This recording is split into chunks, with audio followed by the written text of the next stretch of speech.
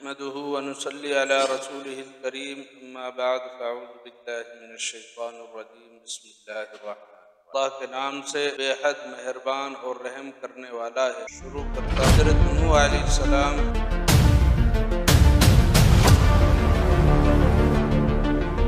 زمانہ گزرتا گیا، حضرت آدم علیہ السلام کی نسل زمین پر پھیل گئی، لوگوں نے زمین آباد کی، گھر بنائے، تجارتیں کی، مگر افسوس اللہ کی عبادت بھول گئے۔ انہوں نے بتوں کی پوجا شروع کر دی، پتھروں کے آگے جھکنے لگے جنہیں ان کے آبا نے صرف یادگار بنایا تھا۔ کیوں شرک دنیا میں داخل ہوا؟ پھر اللہ تعالیٰ نے اپنے ایک نیک بندے کو نبی بنا کر بھیجا، اس کا نام حضرت نوح علیہ السلام۔ اللہ نے انہیں حکم دیا، اے نوح اپنی قوم کو میرا پیغام پہنچاؤ، انہیں بتاؤ کہ ایک اللہ کے سوا کوئی معبود نہیں۔ میرا سندیش اپنے لوگوں تک پہنچاؤ، انہیں بتاؤ۔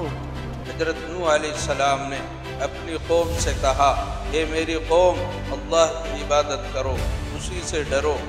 اے لوگو، اللہ کی عبادت کرو، اسی سے ڈرو اور اسی کی طرف لوٹو، اور میری اطاعت کرو۔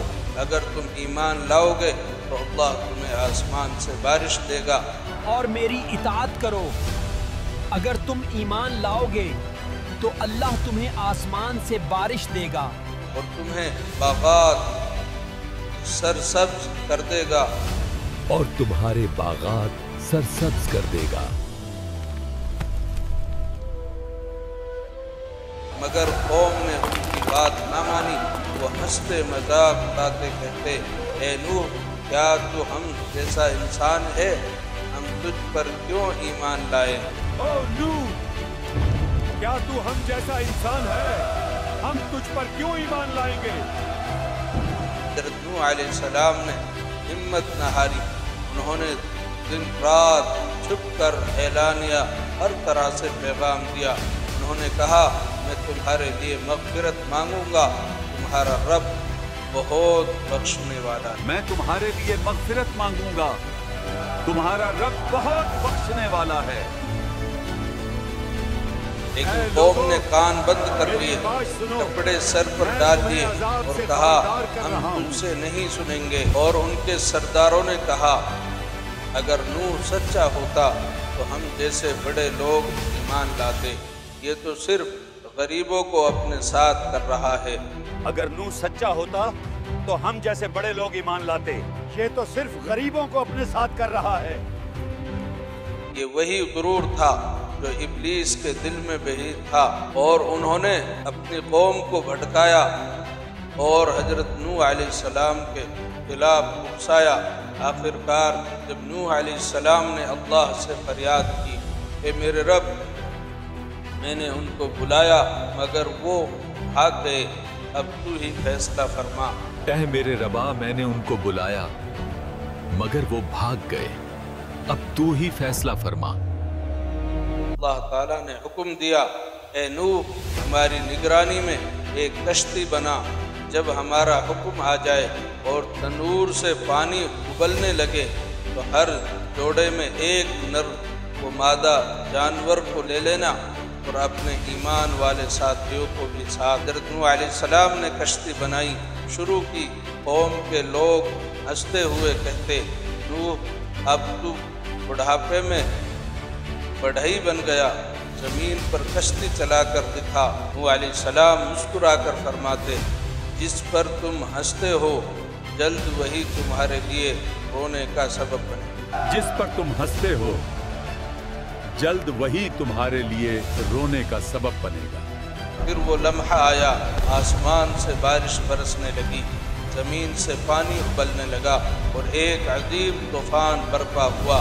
کشتی میں سوار ایمان والے محفوظ تھے، جبکہ کفار اپنے بتوں کو پکار رہے تھے، مگر اب دیر ہو چکی تھی۔ پانی پہاڑوں سے اونچا ہو گیا اور پوری قوم ڈوب کر فنا۔ اسی دوران حضرت نوح علیہ السلام نے اپنے بیٹے کو دیکھا جو کشتی سے دور تھا۔ انہوں نے پکارا، اے میرے بیٹے ہمارے ساتھ آ جا، کافروں میں شامل نہ ہو۔ بیٹے نے کہا میں پہاڑ پر چڑھ جاؤں گا، وہ مجھے بچا لے گا۔ نوح علیہ السلام نے فرمایا آج اللہ کے حکم سے کوئی نہیں بچ سکتا۔ لہریں دونوں کے درمیان حائل ہو گئی، بیٹا بھی ڈوب گیا۔ آخر کار اللہ تعالیٰ نے حکم دیا اے زمین اپنا پانی نگل لے، اے آسمان تھم جا۔ پانی کم ہو گیا اور کشتی جودی پہاڑ پر ٹھہر گئی۔ حضرت نوح علیہ السلام نے سجدہ شکر ادا کیا۔ اللہ تعالیٰ نے فرمایا اے نوح سلامتی اور برکت کے ساتھ اتر جا، تجھ پر اور تیری نسل پر ہماری رحمت ہے۔ اے نوح سلامتی اور برکت کے ساتھ اتر جا، تجھ پر اور تیری نسل پر ہماری رحمت ہے۔ یوں حضرت نوح علیہ السلام نے نئے نسل کی بنیاد رکھی۔ وہ اللہ کے شکر گزار، صابر اور سچے نبی تھے۔ ان کی زندگی ہمیں سکھاتی ہے کہ دعوت حق میں صبر سب سے بڑا ہتھیار۔ حق پر قائم رہو چاہے پوری دنیا مخالفت کرے۔ حق پر قائم رہو چاہے پوری دنیا مخالفت کرے۔ یہ تھا حضرت نوح علیہ السلام کا مکمل واقعہ۔ ایک نبی جس نے 950 سال تک اپنی قوم کو دعوت دی اور آخر کار اللہ کے حکم سے نجات پائی۔ اگر آپ کو یہ ویڈیو پسند آئے تو لائک کریں، شیئر کریں اور ہمارے چینل کو سبسکرائب کریں تاکہ اگلے انبیاء اکرام کے ایمان افروز واقعات بھی آپ تک پہنچتے رہیں۔ یہ سکھاتا ہے حضرت نوح علیہ السلام کا واقعہ ہمیں کہ اللہ پر ایمان رکھ کر صبر کے ساتھ میں، سچائی کے ساتھ میں، امانت داری کے ساتھ میں جو ہے اپنے قدم کو آگے بڑھاتے رہیں، لوگوں کو برائی سے روکتے رہیں، بھلائی کا حکم کرتے رہیں۔ ہدایت دینے والی ذات سے اللہ تعالیٰ ہم سب کو عمل کی توفیق۔ ایمان، صبر اور سچائی، یہی حضرت نوح علیہ السلام کا پیغام ہے۔